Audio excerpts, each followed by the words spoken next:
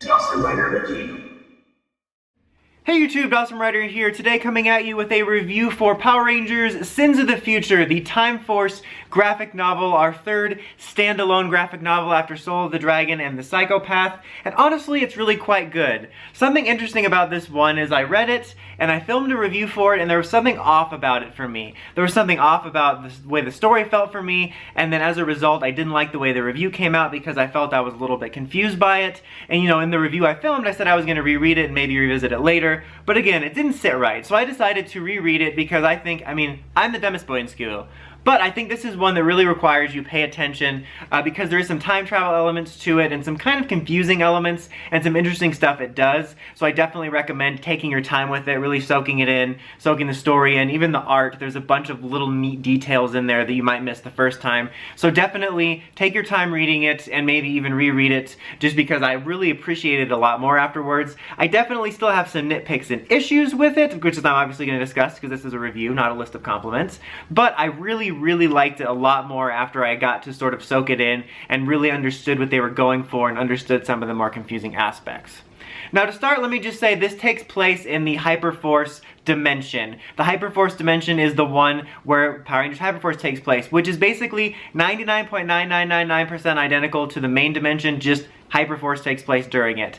It was a little bit confusing because I feel like initially they said Hyperforce was in the main continuity and then they changed it. Personally for me, I just consider Hyperforce to be in the main continuity. I don't think it messes things up. But if you're like one of those uppity purists that doesn't like Hyperforce or doesn't like what they do in here, then this does not somehow retroactively ruin Time Force and your memories of watching it if you don't like the plot development. Now with that out of the way, I'm just going to fling this book around the whole review. This is gonna be a whole review. Time Force, get your Time Force. That was weird. This story is primarily about Jen and a little bit about Wes, and it kind of starts off with Jen talking about how she's having a hard time, you know, juggling the work-life balance, you know, between her boyfriend being 1,000 years in the past, being a Time Force officer, and getting a promotion potentially. You know how it is, and that just kind of sets up the general conflict, or at least one of the general conflict is her dealing with having this relationship way in the past. And you know, we see them meeting up and all that stuff, and she thinks she's going to be getting a promotion to commander, which is just adding to the complications of all of it. And then when she goes in to get this promotion, she thinks she's going to be a commander, and the commander's like, oh, no. Or is he the commander now? Whatever he is. The assistant to the regional manager is like, oh, no. We want you to head up this new Hyperforce program. So like I said, in the Hyperforce continuity, this takes place in 3006, so I believe about 10 years earlier than Hyperforce, but it's setting her on the road to be in Hyperforce, and that's the promotion she thinks she's getting.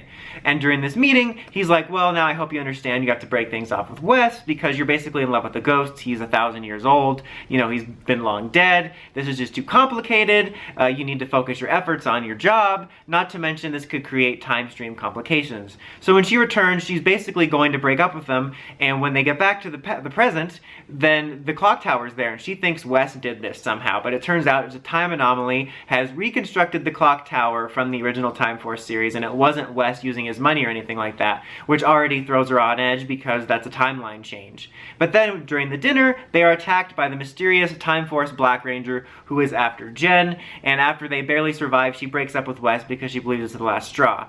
And when she returns to the present, things have gone crazy and she's being accused of murdering Alex and the timeline's going haywire, and then she is rescued by Nadira, but not just Nadira. This is Nadira from the future, from the Hyperforce era, and there are several Hyperforce Easter eggs and references in this, which is really cool. Obviously I just mentioned them setting up her job, but it's really cool. I'll do a little mini segment at the end just talking about some of them. I might have missed them, but I'll clock the ones that I noticed.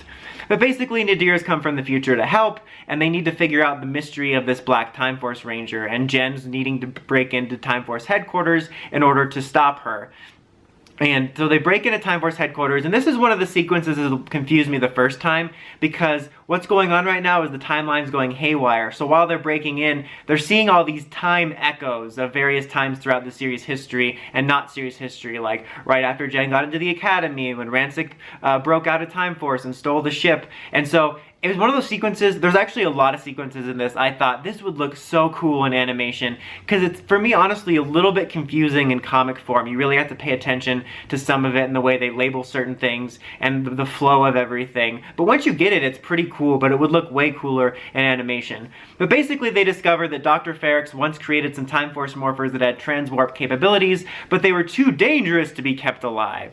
But then they're attacked yet again by the Black Ranger, and during this, there's all these different time shifts, and there's even a scene which I didn't catch the first time I read it, where the Dragon Zord's in there. She's trying to figure out who it is. She eventually unmasks her, and it turns out it's a Karen. It was a Karen this whole time who does not like people messing with the time travel on her property! Actually, it's Alex's sister, whose name is Syra. That's how you pronounce it, I guess? I don't know. I just read it. It's like Pokemon names. You don't learn how to pronounce it till the anime says it. It's really funny because the way they framed it, because obviously Jen knows who it is, and she's like, oh, it's you. And first I was like, am I supposed to know you? Is that Jen from the future with the Karen haircut? Who is it? But then they go into the past, and you find out it's Alex's sister, and she's basically been driven a little bit mad by all the timeline changes because she remembers when Alex was originally killed, and then obviously what they did back in the Time Force series changed things so he was alive, and she believes Jen's to be blamed for all of it. And then after she got the Time Force Black Morpher, she's been bouncing around time. She keeps trying to change the outcomes, add that to her changing memories, and she's going a bit mad. And you know, when she's fighting, the Time Force Black suit has this cool kind of echo effect to it, which again is something that would look really cool in animation in my opinion. And not to mention, this whole character in a way reminded me of the Ghost character from Ant-Man and the Wasp, if any of you have seen that. Just because of the way she's been driven a little bit mad, the suit powers don't help, just the way, like I said, the suit works, I thought that was pretty cool. But basically, Jen offers her hand as an ally and says, look, we can figure this out together. I think what you believed is wrong. And Syra is kind of taken aback that Jen would want to help her figure this out, despite the fact that she's been trying to kill her this whole time. So then you have this trio of Nadira, Syra, and Jen trying to solve things, and they discover via contacting Director Rancic from the Hyperforce future, they discover Outpost 1, which is a base that exists outside of space and time, where Time Force was sending this research, and that's where they've detected Dr. Ferrix's research and all that stuff. So they travel there. When they're there, they see Goku and Vegeta training to fight Cell. No, I'm just kidding. Find the outpost there, and basically, like I said, it's outside of time and space, where they sent Ferrix originally to work on these projects of the transwarp drive, and he was doing all these experiments, and he even put like human subjects and an Eltarian subject in a Cyclobot suit to view the effects on time travel on humans, basically, and he used the morphing grid, which caused a further disruption, and that's what happened there. And when they're there, they discover that Frax had left behind essentially a copy AI, which has gone slowly mad. It's called Frix, and it's basically running Ferrix's mental programming of trying to fix this mistake. It's like he's trying to make up for his past, and he's trying to fix the future, and he's basically just screwing a bunch of stuff up, and he seemingly has the other transmorpher, or the Quantum Ranger morpher, because there's two morphers that have the transwarp technology, and one of them belongs to the Black Ranger, which is more chronomorpher style, and I never see it, but they say that he has the other morpher, and that's what he's been using there. But basically, they put a stop to him, and after that, they can't figure out why things aren't changing even after the morpher's been destroyed, and Syra got flung to the past by Frix, and then Jen realizes that it's always been kind of a paradox loop, and so Jen is the one that has to give the morpher to Syra, so she goes back to the past and gives her the Time Force Black morpher right before Alex headed off to go get killed by Rancic, or, you know, almost killed in the new timeline. And then at the very end, then old Syra meets up with Jen to close the loop, and they destroy the Time Force Black morpher together. And then they are now able to use Outpost 1 as a Time Force Ranger base. And Jen takes Wes there, and he's like, I thought I wasn't allowed in the future, and she says, this isn't the past or the future, it's just the present. And so, me describing that plot to you may have sounded a bit confusing, and that's the way I felt at first too. I thought there was a lot of confusing elements. You know, time travel stories in general, as you may well know, can be very confusing, and I think for me, this was one of the first times I read a really in-depth one in a while in a comic, and so that's why I really had to reread it. But once you understand it, I think it's actually pretty cool, and there's a lot of really cool ideas within it. You just kind of have to pay attention both to the way the dialogue flows and to some of the panels, because like I said, there's some some really cool sequences in it that you really have to pay attention to really appreciate it. And it's definitely one that I think requires time, but I think it's worth it because I think it has some really cool stuff. Now, in my original review, I discussed Fricks a lot and how I was a little bit disappointed with the way the story went, because something I always liked about the Frax character was like how tragic his story was, and he wasn't like an evil scientist before he, at least from what I remember. It's been a minute since I rewatched Time Force, but he was just like a normal scientist trying to help Ransik out. And then he became evil because his good deed was repaid by Ransik destroying him. And in the original review, I was kind of harsh on this, thinking like, well, I don't like how they sort of made him morally questionable before this, and it kind of takes away from what made that story so interesting for me, is that he was a good guy before it. And I still have some slight nitpicks about that, because I think that it does take away a little bit from that. I know they did some stuff with Frax and Hyperforce in regards to Vesper and her siblings, but I don't remember any of it making Frax seem more evil. Again, it's been a minute, but after I reread it the second time, it doesn't come off quite as bad. It's more like he was just really passionate about these developments with the time travel technology, and it wound up having disastrous consequences. And then we find out one of those consequences was that he created Venomark, which is what poisoned Ransik in the first place. And so it's effectively like a scientist that was really passionate and in over his head about his research, but it wound up having bad consequences, and then he was trying to make up for that, and then in trying to make up for that, he became Frax. So it's still not perfect, but it did make it more interesting, and I did have a little bit more of appreciation of the direction they took it in once I reread it, and I wasn't as harsh on it. And I actually kind of dug it because it does give him some more depth. I don't really necessarily like the idea of them needing to tie it all together, you know, that he caused Ransik's stuff, that he still could have been making up for what he did with the time travel stuff, but I ultimately wound up liking it, even if I still have some nitpicks with it. I really do like the Time Force Black Ranger. I think the concept, it kind of almost reminded me of like the transporter that Jack Harkness and River Song use, like a time travel, quick and dirty time travel device. But I liked the concept of it, and I really liked the concept of Syra being affected by the timeline changes and remembering all of them and the sort of madness from it, and this sort of responsibility Jen had of knowing what the Time Force powers did to her, having to give it to her in this nice sort of closed loop. It's a little bit confusing, a little bit stupid logic, but I always kind of dig stuff like that at the end where they had to basically close the loop twice over or whatever. I really dug the stuff with that. I just liked them sort of dealing with some of the general consequences of the time travel stuff Time Force handles in general. One thing I'm never sure why they don't address is how Alex will be born if Wes ends up with Jen, unless Jen is Alex's great-great-great-great-great-grandmother. Because at one point during there, when the timeline mess-ups were happening, she said, "You killed Wesley, so Alex was never born."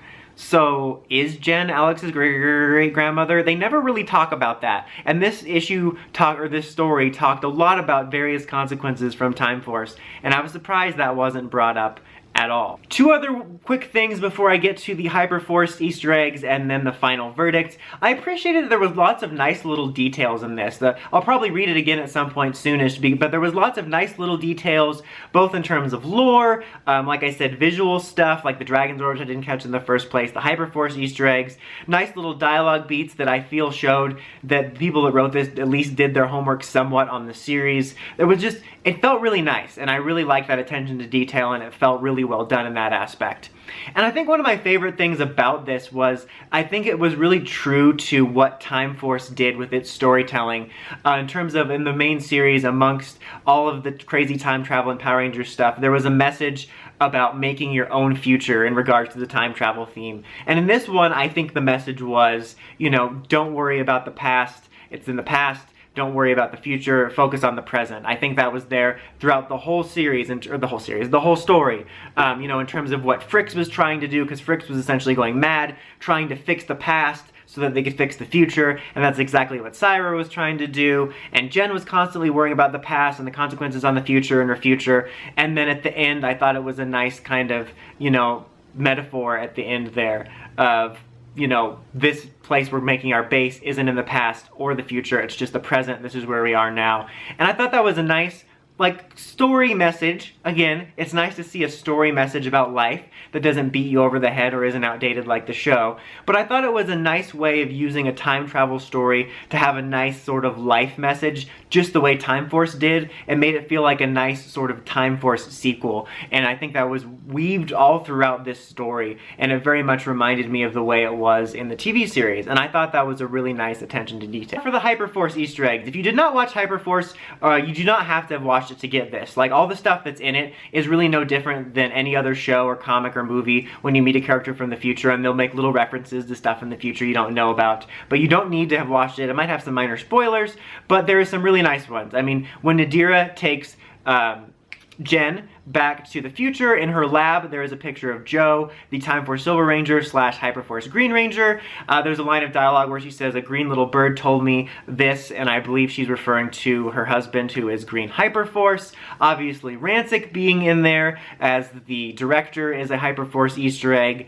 And then also later you get 2 cameos from Alpha 55. The first one, they screwed up and he's in the regular Alpha colors, but at the end, Alpha 55 is serving dinner to Jen and Wes in the outside base, and it's the black gold color like she should be. Is Alpha 5 a he or a she? Because I'm picturing it with Malika's voice, so I'm just gonna say a she. But regardless, Alpha 55 is in there, and then obviously the stuff I mentioned when they're recruiting, you have the Hyperforce symbol there, and all that stuff is set up in the beginning of the comic. Those are the only ones that I really recall catching. There might have been some more I didn't notice that I might catch the next time. Like, in my second reread was when I saw the picture of Joe. I did not catch that the first time. I kind of caught some of the other ones, but there might be even more in there. But as a Hyperforce fan, I thought that was really cool. I would love to get more Hyperforce content in the future in general, or maybe a Time Force Hyperforce story like this in the future. That would be really cool. Also, I forgot to mention this in my first review, and I wanted to mention it in here, but there was a couple funny art mistakes. I think for the most part I liked the art. Some of it was strange, but I really loved all the art with the Black Ranger. But there's 2 funny art mistakes I wanted to call attention to. One of which is they reuse an image, and I won't show both of them because that'll take upwards of 7 seconds. But there's an image here at the beginning you see with her back turned, and they use that same image again later of her back turned later in the story, like exactly the same. And then there's also one I'll try to put a screenshot up of where they accidentally swap blue and green Time Force's colors, which is kind of a cool Elseworlds look, but they do that a lot. I feel like there's been like 5 or 6 times in the comics where they just mess up the colors. I don't know how that happens, but I wanted to bring that up. Anyway, this review has been longer than I wanted it to, but I wanted to say that I really, really like this after I took the time. I know there might be some mixed things that people might not like. Keep in mind, since it is in the Hyperforce dimension and you're not like me and don't just count it part of the same one, if you don't like it, Time Force regular is still out there, and the multiverse, you know, you can always just say it's on a different Earth, and there's endless possibilities, so don't worry about it. But I think if you're a Time Force fan and a Power Rangers fan, I highly recommend checking this out, and definitely, like I said at the beginning of the review, take your time with it, really soak it in, really, you know, pay attention to the dialogue and the art, and then maybe reread it, because you can really appreciate it. I think it's my favorite of the 3 they've done so far. I think it was a really worthy Time Force follow-up in terms of the characters and story, and a successor to a lot of Time Force themes, so I definitely recommend checking it out. But like I said, pay attention. Even some of the way they word the timing is confusing. Like, it's like the present, the past, X-Men Days of Future Past. I'm like, wait, where are we? Because do you mean the present, like their present because it's 3000, or our present? So just pay attention if you're the dumbest boy in school like me. Anyway, until next time, like, comment, subscribe, and climb the steps and ring that bell and get notifications for my videos. Dawson Ryder, signing out.